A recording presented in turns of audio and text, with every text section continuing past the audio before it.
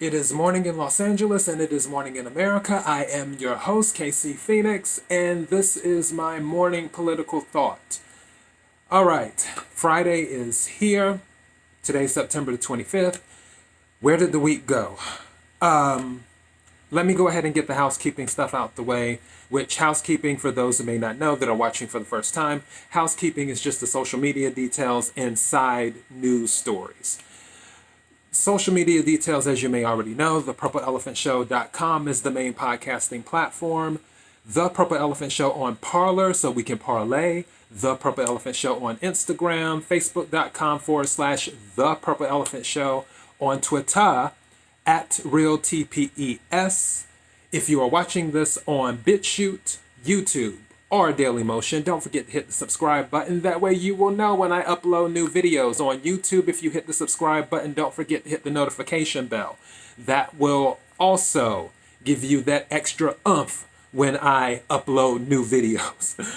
All right, side news stories. I wrote these down because there were a few things that were going on, and I was like, okay, let me cover some of these.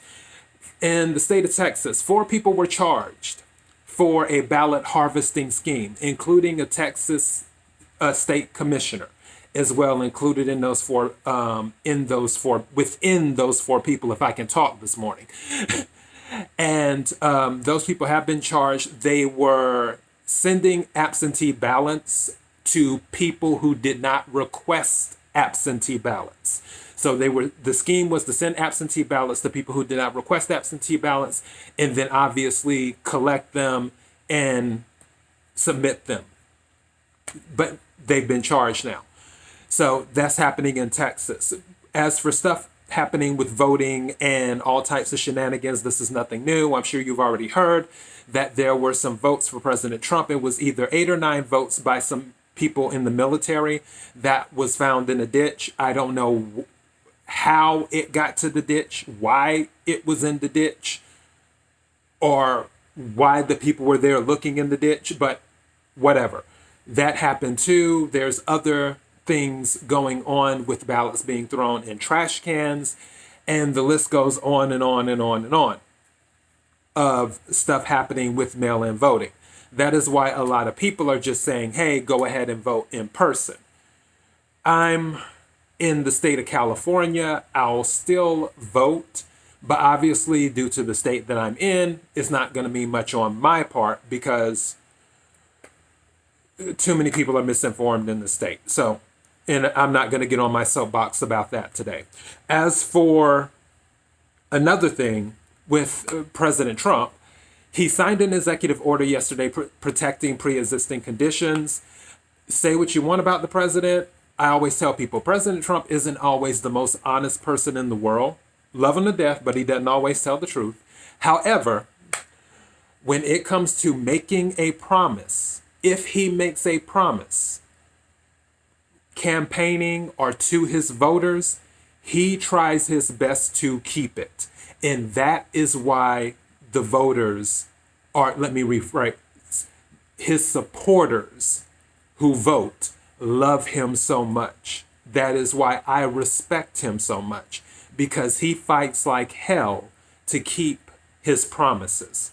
And this is another promise made, promise kept. I mentioned this during my morning political thought probably about a week ago, where I said he had brought it up that he was looking at doing an executive order to protect pre-existing conditions. Because when the reporters were questioning him, they're like, well, why are you doing it? Because the Affordable Care Act already has that. And he said, well, they keep on accusing Republicans of planning to cut pre-existing conditions. He's like, an executive order will just be a double layer. He said, we're not cutting pre-existing conditions regardless of whatever plan, because the main objective is to get rid of the Affordable Care Act. But President Trump is saying, regardless of whatever plan the Republicans come up with, that plan will protect pre-existing conditions. But in addition to that, he will do an executive order, and that is what he did. He has done an executive order. It seems like he's preparing, because there's a vote coming up on the Affordable Care Act for the Supreme Court in November. I believe it's November the 10th. You'll have to look it up and check the details on that. But I'm 95% sure it's November the 10th, where there's a case related to the Affordable Care Act coming up. And if the new justice is installed and the new justice sides with the more constitutionalist justices and ends the Affordable Care Act, then of course the Republicans will have to come up with a new plan. But during the interim, while the Republicans are coming up with a new plan for health care, the executive order that President Trump executed yesterday will protect people with pre-existing conditions where insurance companies can't just throw them off. So now you have that. All right. The other thing that is going on, more stuff about Crossfire Hurricane. For those who don't know, Crossfire Hurricane was the thing that was happening where President Trump's campaign was being surveilled by the FBI. And it all started, of course, due to the I don't even want to call it a dossier. I'll just call it the piece of garbage that they call a dossier.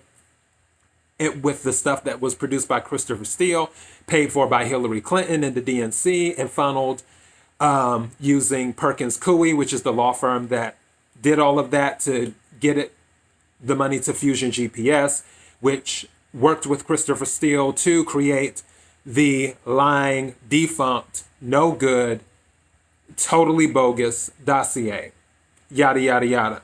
Crossfire Hurricane is the thing that was going on. It's been so bad, and now it's being revealed, that some people working on Crossfire Hurricane, the rank and file FBI agents, one of those agents even said they were considering taking out insurance to protect them because what the other people were doing, it looked shady. But they didn't really speak up. So, but now all of this is coming out. So more stuff is coming out about that. Honestly, I'm kind of over it. I'm more of a results person. If you're going to do something, do it. So if John Durham, whatever he's doing, if he's going to do it, go ahead and do it. I'm not expecting too much. The only thing that's happened thus far is the guilty plea by Kevin Kleinsmith, who altered documentation by the CIA. The documentation that Kevin Kleinsmith changed, which Kevin Kleinsmith was a lawyer for the FBI. His job, he was tasked with at the time to confirm whether Carter Page was an asset of the Russians or not.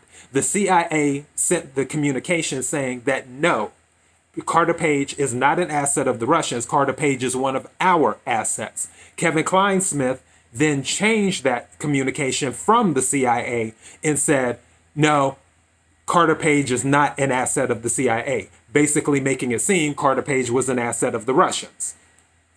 And then that went on and they were able to get the FISA warrant. All right. So all of that stuff is happening. I won't believe anything until I see it. Also, there's a new rumor circulating that Bill Barr is looking into the Clinton Foundation. Again, I won't believe anything until I see it. Don't get your hopes up because so far the justice system is two-tiered. Most of the stuff in DC is corrupt because it's more of a one-party rule. Within DC, they hire people who think like they do. So don't expect too much. But these are the things that are going on with it. All right. Ruth Bader Ginsburg to Lyon State today. She's being transferred to Lyon State today, Friday. And she will be the first woman, and they say the first Jew, which I don't know why that matters. But okay, fine, whatever. She'll be the first woman and the first Jew to Lyon State. So they're saying that Joe Biden will be there and some other people, and we'll see what happens. And then, of course, tomorrow at 5 p.m., President Trump plans to announce Ruth Bader Ginsburg's replacement for the seat on the Supreme Court. And that goes into the next story. Kamala Harris is expected to be the one who has been given the torch to carry to attack whoever the nominee is that President Trump nominates during this process. Honestly, I'm more on the side of Rush Limbaugh. If I were the Republicans, I wouldn't even set it up where the nominee could even be attacked. I'm just like, look, we're going to have a vote. This other stuff is just a courtesy, but since you guys haven't been courteous, we're not going to be courteous on this. Whatever. Let's take it to a vote. Everyone say aye, aye. All right, they're confirmed. Let's move it on. And that is all I have for that, for the housekeeping stuff. Now, let's get into what my morning political thought is. As for yesterday, because I thought about what I said yesterday, and this isn't an apology because I don't believe in apologies, number one. And number two, I didn't say anything wrong. I want to clarify something, though. I need to make this crystal clear. I don't hate Democrats. I was a Democrat. I voted for President Obama twice. Don't tell anybody. I despise the current Democrats in power, the ones who have the ability to make change. When I talk about Democrats don't care about people, those are the ones I am talking about. I'm not talking about Democrat voters. And I need to make that crystal clear. I'm not talking about Democrat voters. Democrat voters are just misinformed right now, like I was. And they don't see that this particular party has moved way off the cliff. They've moved way off the cliff. And this party is now trying to appease a fringe element. On top of that, this particular party is all for illegal immigration, which affects black people. It really does. This party pushes things like abortion, and they push abortion like it's just a regular thing. Like it's whether you go to Whole Foods and pick organic or non-organic or something, as if it's as simple as that. And they're just so carefree with it. You don't have to be a religious person. You don't have to be a political person. You don't have to be of any type of background to use your critical thinking when it comes to abortion and say, you know what, this isn't adding up when everything is put in front of you. Now, if you're part of the misinformed, because I was too, I didn't know that a baby had a heartbeat within a certain time where abortions could be had, because abortions can be done. It's usually about 20 weeks. In certain states, it's 24 weeks. I believe New York is one of them. In Virginia, they were talking about doing it up until birth. But a baby has a heartbeat. And when I have seen these pictures, because I never really looked into it, it was just, oh, well, it's the woman's body. It is her right. She's the one who has to carry it, so on and so forth. That was how I was misinformed before. I didn't know all of these other things played a role.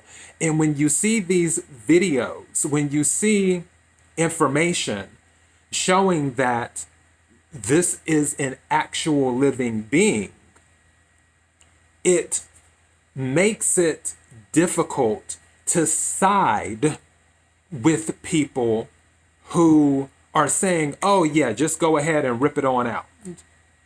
It is difficult. And I'm not judging anyone who does that, because I don't believe in judging people. It's not my place to judge anyone. I'll always have an opinion about something or someone, but I won't judge anyone because I can't do that. I just don't like that when it comes to abortions, the founder of Planned Parenthood was a known eugenicist. Not only that, in one of Hillary Clinton's books, she says she admired Margaret Sanger, which is who I'm talking about. A woman who made it clear she did not want the black population to grow. If it had not been for abortions, the black population would be much larger than what it is now. The black population continues to shrink. as a minority. The Hispanic population passed the African American population in 2000. I'm doing this from memory. I want to say 2004. No, it was before 2004 because I moved to Los Angeles the first time then. In 2003, I think it was around that time, because I remember reading it in the paper when I lived in Miami. And I lived in Miami in 2003. So, yeah, I'm pretty sure it was around that time where it says Hispanic population passes African American population. So, in the African American population, one reason that it doesn't grow at the rate that it could is because of abortions. And the abortion clinics are set up in urban areas, in areas where there are African American people. The thing about Democrats is, and when I say Democrats, the ones in power, is that they need a permanent underclass. They don't need people who are self-sufficient. And that is one thing I don't like. They don't want to help you become self-sufficient where you don't have to come to them anymore. And I mentioned this before. It's almost like with the medical industry, where they don't want to cure you and send you on your way where you don't have to ever see them again. They would prefer to treat you where you have to come back either once a month or once every 3 months or once every 6 months or once a year or this and that. The Democrat Party and the medical industry are sort of the same thing. They're not looking to cure problems. They're just looking to treat them so they can keep you coming back to vote, or in the medical industry's case, to spend money. And that's different from other parties' ideology where they just want you to take care of yourself. That's one thing about the Republican Party. And like I said, I'm not a huge fan of the Republican Party, but I do respect that they're like, hey, you need to learn to take care of yourself. If something happens, we might give you a little bit of help, but we're not going to just keep on handing out. You're going to have to grow up and pull it together. We understand bad things happen from time to time, but bad things don't happen all the time. So I respect that. But for the Democrats in power, they need a permanent underclass. They need people who constantly need help, which is why when it comes to issues in the Black community, they don't fix them. Just like the police issue. It is something that could have been fixed with the methods and procedures on a local and state level. Nothing needed to be done on a federal level. If they really wanted to fix that issue with how police interact with other people, then they could have fixed it. And quiet as it's kept, the things that are in place now are not that bad. There are hundreds of millions, literally hundreds of millions interactions with the police every year. And the amount of African Americans that may have been killed unarmed or what have you is very low, very low. Below two, I'm pretty sure below 2 dozen, if I'm not mistaken. Because some people say it was 9, some people are saying 18, some people say 31. Well, no, not 31, 21. 21, some people, it's usually about 9 to 21, I'm pretty sure. But if you look it up, it's nowhere near. And you know what? Let's just say it was 100 people every year. Out of hundreds of millions interactions with police, and let's just say 100 people a year, and anyone, any life that is lost in an inappropriate way is bad. Don't think that I'm just discarding it because it's a low number. I'm saying that police aren't out hunting people. They're not waking up in the morning like, oh, let me see who I can get today. They're not doing that. Just like white people aren't out when they wake up in the morning like, oh, let me see how I can make a black person's life miserable today. They don't, the majority of white people don't do that.